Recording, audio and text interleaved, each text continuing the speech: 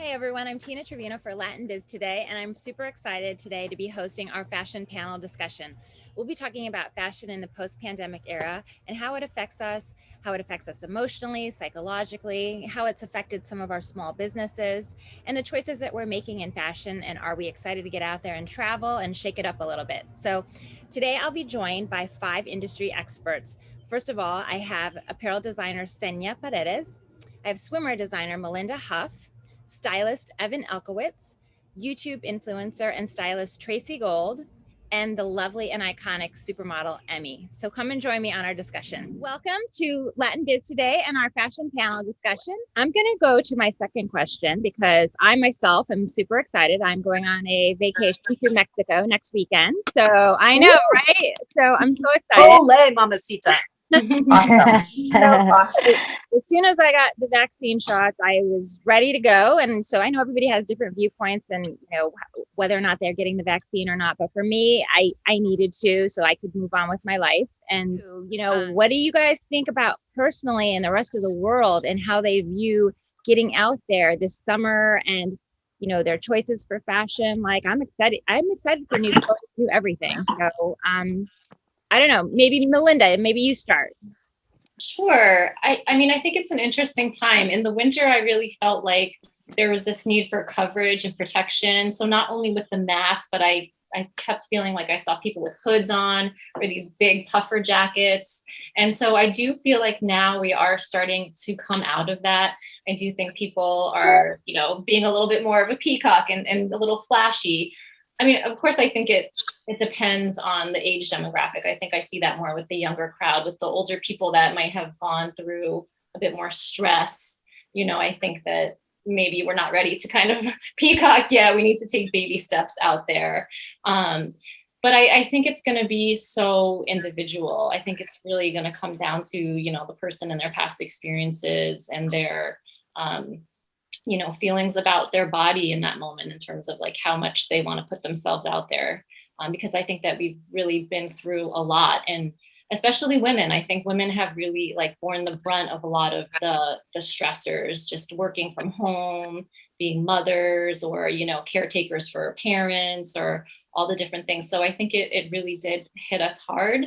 And so I think for me, I'm not sure. I'm not sure, how people are going to be getting out there, but I do know those that are ready are definitely going full force out there. And I think they're gonna, just show it off because why not? We survived. You know what I mean? We survived. With the work that I'm doing right now in coaching, in life coaching, there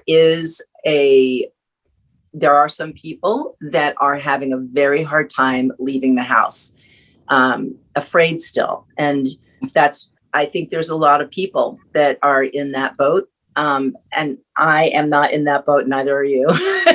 But the moment that I had my vaccination, I wanted to just get out and hug my brother who lives in North Carolina. It was very odd. I had to go to a funeral right after. No, I didn't have my second shot. And I was masked up and everything. And I wanted to hug and to feel that denial of not hugging a loved one and giving them solace was odd, very strange. So now going into the summer, I just, I mask up when I need to, and I'm just safe. But I'm out there. I am excited. I'm connecting with a lot of people, and I do believe that we're in this interesting, strange time where the rest of the world isn't yet vaccinated. So we have this wonderful privilege of being Americans, that if you do get vaccinated, you have opportunities to travel and do all this. And if you choose not to, I mean, that's just, I have family members that haven't chosen to get vaccinated. It's going to be interesting where, there's weddings in different places and you can't go into certain borders.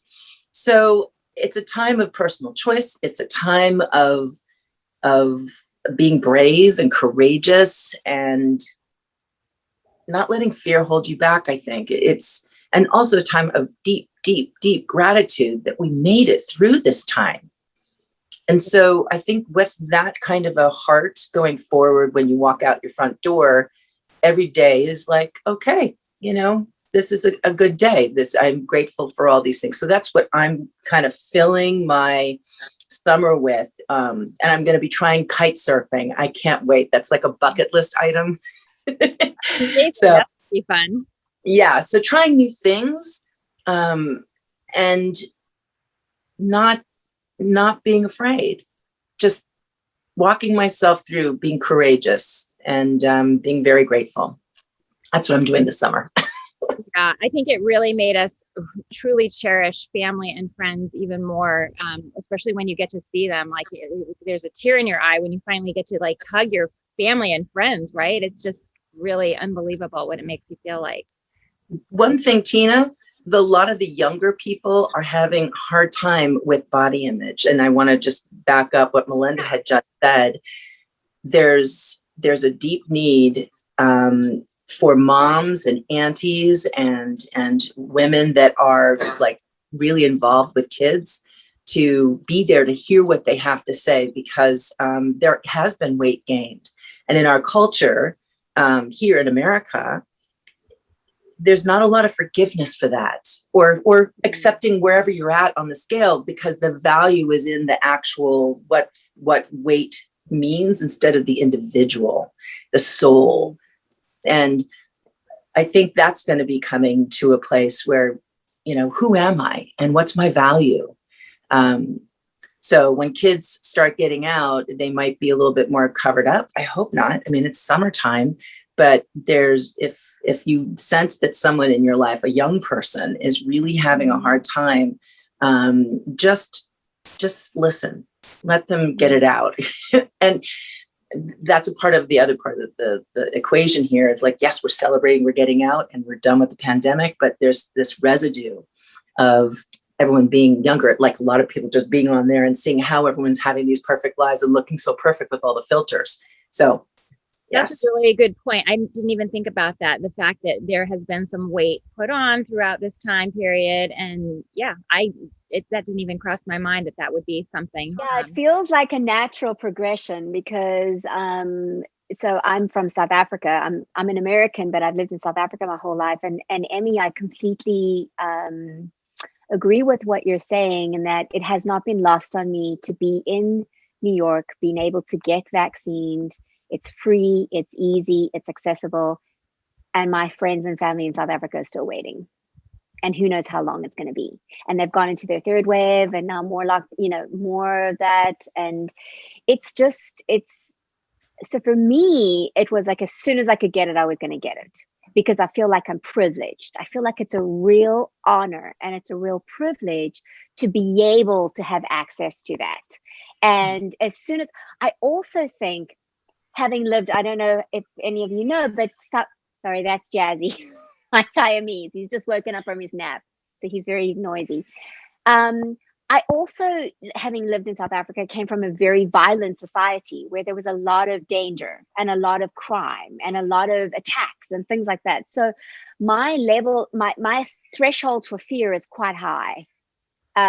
So for me, I don't feel that same kind of like fear around things, because I used to go to Johannesburg and drive a car when people thought I was completely crazy, and you can get hijacked and you can get so I'm kind of from a different, culturally I'm from a different, I see things differently. So but I was just so grateful. Boy, as soon as I got vaccinated, as soon as I was fully vaccinated, I'm like, I'm out of here. I am free. And I was also aware that it's not just about me, right? It's not just for me, but it's for the people that I'm around. And it's for people who I could infect. And that was also very strong. And then I also feel a sense of kind of like, I need to take this opportunity and live it for the people, for my loved ones in South Africa that can't, I don't know, that may sound strange to some people, but that's, I feel, because I feel like it's such a privilege. Yeah. And I also think, like what Emmy's saying, I mean, I'm healthy, I'm a small build, but I picked up weight during COVID because I just wasn't walking around like I would normally, and getting back into the swing of things. And the many women that I speak to, all of us have picked, I mean, I think majority of us have picked up a little bit of weight.